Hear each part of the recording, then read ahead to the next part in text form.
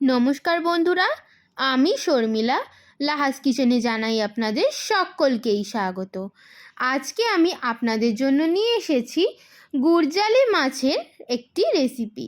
আপনারা গুরজালি মাছ তো অনেকভাবেই খেয়েছেন, একবার আমার এই রেসিপি ট্রাই করে বাড়িতে বানিয়ে দেখুন। চলুন তাহলে রেসিপিটা দেখে নিই। একটি পাত্রের মধ্যে আমি সর্ষে বাটা, সর্ষের তেল, সামান্য একটু হলুদ গুঁড়ো, কাঁচা লঙ্কা, নুন এবং সামান্য একটু চিনি, সামান্য একটু জল দিয়ে ভালো করে সর্ষে বাটাটা গুলিয়ে নেব।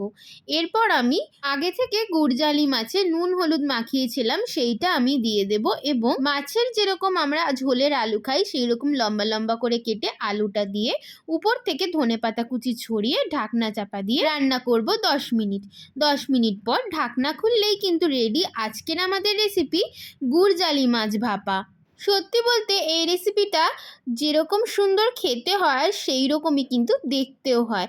আর গুরজালি মাছ যেহেতু খুব মিষ্টি মাছ সেহেতু কিন্তু এর স্বাদ সত্যি বলতে দারুণ হয়।